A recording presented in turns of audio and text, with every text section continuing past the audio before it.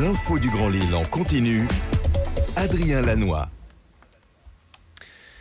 L'info qui avance avec vous. Bonjour à toutes et à tous. Ravi d'être en votre compagnie ce matin, en ce jeudi 29 septembre. Il est tout juste 7h15 à l'horloge.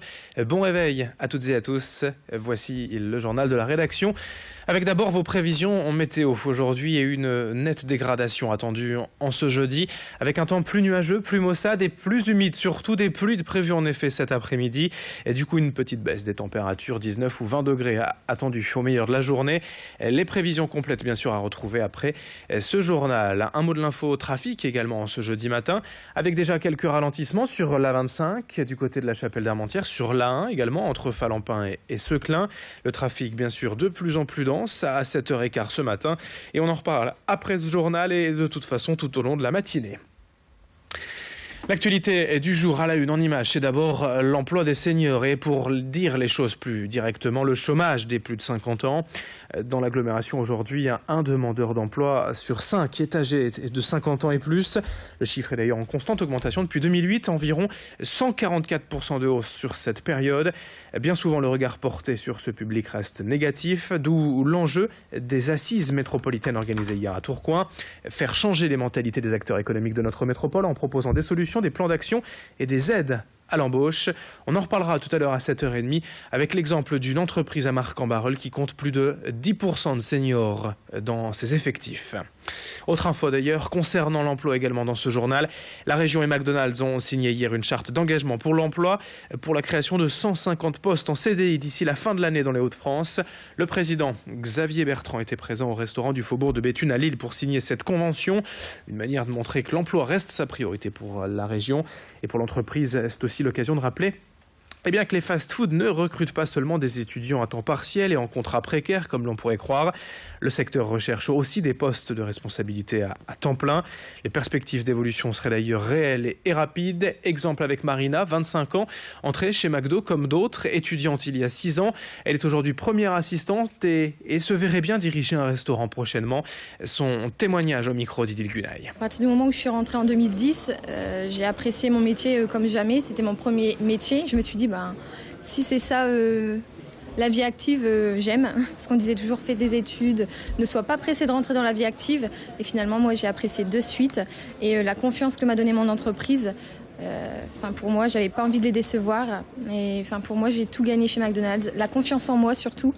L'épanouissement personnel et surtout ce contact humain qui me faisait peur auparavant. Et maintenant, c'est quelque chose que j'adore. Vous avez du leadership et la tête sur les épaules, vous montrez de quoi vous êtes capable. McDo vous donne systématiquement votre chance.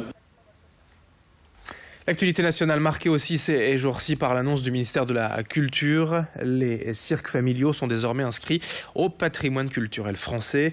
Une avancée historique pour les 550 petits cirques de famille qui sillonnent la France à l'année et qui ont de plus en plus de mal, il faut le dire, à trouver des emplacements pour leurs chapiteaux. Les mairies sont souvent frileuses à l'idée d'avoir un cirque sur leur territoire par crainte de gêne ou de dégradation. Désormais, grâce à cette reconnaissance, les cirques devraient bénéficier d'une plus grande visibilité, de facilité administrative pour s'installer sur un territoire précis. Malgré tout, les opposants au cirque restent nombreux, surtout les défenseurs de la cause animale. Des critiques que rejette ce directeur de cirque rencontré par Louis Caillé. Les difficultés qu'on a dans les mairies, c'est que souvent les emplacements. Ils disent qu'ils n'ont pas d'emplacement. Ils ont des placements, ils ont des places du marché, ils ont des places. Il y a des terrains d'herbe, mais ils ne veulent pas autoriser les cirques, ils sont assez fermés, quoi. Les cirques, ils sont là pour travailler et on anime des communes. C'est pour les enfants, c'est pour des classes qui. Tout le monde n'a pas les moyens d'aller au grand cirque. Il y a des petits cirques qui passent dans les petites communes, et bien les gens ils vont au petit cirque. Vous voyez, nous c'est pas cher, les prix des places c'est 5 et 10 euros. Ça permet aux enfants, aux familles nombreuses de venir au cirque tout simplement. Sur l'île, on n'arrive pas à avoir l'autorisation. On a déjà fait des demandes pour venir s'installer à l'île et on est toujours refusé. Apparemment, ils autorisent les grands cirques. C'est pareil, ici à Villeneuve-d'Ascq, on a fait des demandes pour s'installer au Moulin. Ils prennent les grands cirques, mais les petits cirques familiaux comme nous ne les prennent pas. Enfin bref, dans ce journal et ce drame hier à Roubaix, en début d'après-midi, un jeune de 15 ans a chuté de plus de 10 mètres dans une usine désaffectée rue Mascara. Rapidement transporté au CHR de Lille, son pronostic vital était engagé hier soir. Au moment des faits, il se trouvait avec un copain qui a prévenu les secours. Autre fait divers, un cycliste grièvement blessé à Marquette après avoir percuté un camion hier matin rue d'Ypres. Le cycliste, un homme septuagénaire, a été transporté dans un état grave au CHR de Lille. Et puis dans un autre registre plus léger, sachez qu'après la Nosteke est brassée à Blaringhem, tout juste élue meilleure bière de garde du monde. C'est la brasserie des Sources de Saint-Amand qui a été primée la semaine dernière, brasseur européen de l'année lors du concours de l'International Beer Challenge à Londres. Dans cette édition, on s'intéresse aussi aux nouvelles consommations avec le développement des insectes comestibles. Déjà répandu en Asie, cette habitude arrive en France, mais rassurez-vous, sous une autre forme, loin de l'image visqueuse, craquante, répugnante de l'insecte.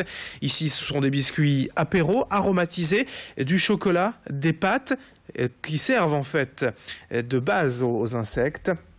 On en reparlera tout à l'heure à 7h30 avec le reportage signé Clotilde Le Guévac. Dans cette édition aussi, le grand angle de la rédaction. Pour les 25 ans de Sciences Po, l'école avait invité le pâtissier nordiste Frédéric Vaucan, le créateur du merveilleux pâtisserie, devenu une référence culinaire exportée dans le monde entier. Reportage signé Alexis Tessier. Une meringue croquante entourée d'une crème au beurre fondante, saupoudrée de copeaux de chocolat ou de pralines caramélisées, voici le merveilleux.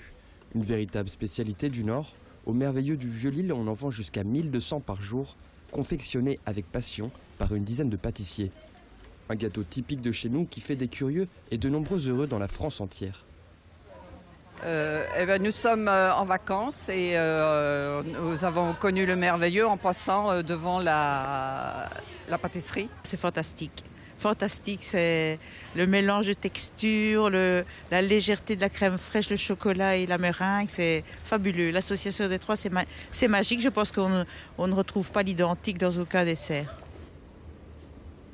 Un succès dû à la persévérance d'un seul homme, Frédéric Vaucan, qui a ouvert sa première pâtisserie en 1985. Une réussite qui l'a emmené à s'exporter dans l'Hexagone avec plus d'une dizaine de pâtisseries ouvertes. Mais le merveilleux a aussi découvert l'étranger, à New York par exemple l'année dernière avec une nouvelle boutique. Un triomphe basé sur une passion. J'ai pas l'impression de vivre avec un succès. Je trouve que j'ai beaucoup de chance, premièrement, mais je suis toujours aussi passionné.